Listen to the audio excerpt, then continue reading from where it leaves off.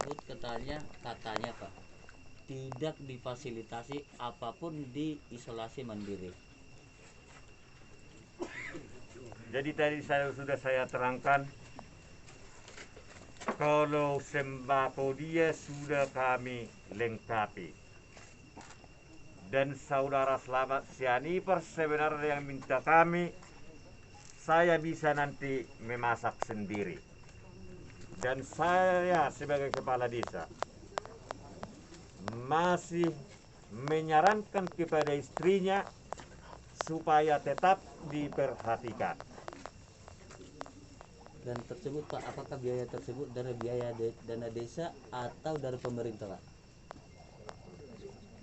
Kalau masalah dananya itu nanti dari dana desa. Bagaimana sedikit Pak? Bagaimana dengan mengamankan pakai alat itu Pak? Kira-kira gimana itu jadi pakai alat untuk mengamankan? Setelah saya tanyakan kepada perangkat desa saya, karena saudara Selamat Sianipar terpapar COVID-19, kami sebagai pemerintah desa, fasilitas kami tidak ada. Jadi biar ada jaraknya sama saudara Selamat Sianipar, orang itu memakai kayu. Baik, saya rasa dari kali sudah cukup kalau saya. Oke, Bapak Bupati. Pak Bupati, terkait kejadian tersebut Pak, sementara dari anggaran penanganan COVID-19 di Kabupaten Toba, anggaran dari pemotongan refocusing senilai 53 miliar, untuk kesehatan 34 miliar. Nah, sementara sudah dicairkan dari pihak keuangan, uang tersebut belum diambil. Hal-hal apa yang dilakukan sebagai Bapak pemimpin di Kabupaten Toba untuk menangani COVID-19 di Kabupaten Toba? Ya, kita sudah lakukan apa yang bisa kita lakukan.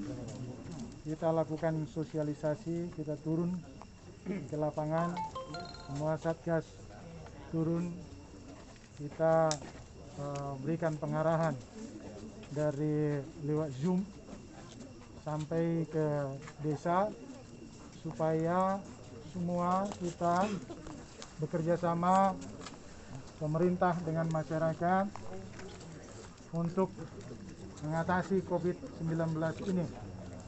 Kita memberikan arahan juga kepada kepala desa dan juga satgas desa supaya, karena di rumah sakit tempat isolasi kita sudah sangat terbatas, maka kita ambil langkah supaya di desa lah dilakukan isolasi khusus yang OTG, tetapi yang sudah bergejala harus segera diopname. Nah, itulah sebabnya dengan kebijakan hasil rapat satgas supaya dana desa bisa dipakai untuk memfasilitasi dan mencukupkan kebutuhan dari orang yang terkena COVID di desa masing-masing. Saya kira kepala desa tadi sudah jelaskan, sudah dilakukan apa yang bisa dilakukan. Ini bukan masalah kebutuhan, ya. Mungkin kaget menghadapi situasi ini, tapi juga dari Satgas juga sudah, dari Dinkes juga sudah memberikan arahan-arahan bahwa tidak bisa bersentuhan dengan orang, tetapi mungkin karena kondisi yang kaget beliau atau tidak terima keadaan yang terkena COVID ini, maka apa yang kita lihat di medsos, di mana sepertinya kita lihat di situ ada sesuatu yang sangat mengagetkan kita semuanya, dan kita tidak mengharapkan itu terjadi. Tetapi tadi kepala desa sudah menjelaskan, ini katanya juga karena untuk menjaga jarak masyarakat kepada mereka, maka adalah alat-alat di situ. Termasuklah di situ saya lihat ada pipa, ada juga kayu. Nah, itulah sebabnya terjadi seperti yang dijelaskan oleh kepala desa tadi. Jadi dengan kata lain, tidak ada niat untuk melakukan penganiayaan dan bukan dalam rangka penganiayaan, tetapi ini untuk bukan untuk kekerasan juga. Ya, saya juga dari keterangannya tadi juga kita dengarkan, tapi hanya untuk mengamankan. Jadi saya lihat juga masyarakat desa ini sangat peduli sama Pak Slamet Sianipar ini. Nah, beliau sekarang sudah kita posisikan di rumah sakit RSUD Persea dan sudah kita taruh di tempat yang layak di sana, sangat sehat. Jadi mohon pengertian seluruh masyarakat yang melihat yang diviralkan video itu, bahwa menurut keterangan yang kami dapat setelah sampai juga di sini tadi, bahwa bukanlah dilakukan itu untuk melakukan kekerasan, tetapi untuk menjaga jarak dan juga karena tidak ada alat untuk menjaga supaya jangan tertular yang lain, bahkan ke keluarganya juga.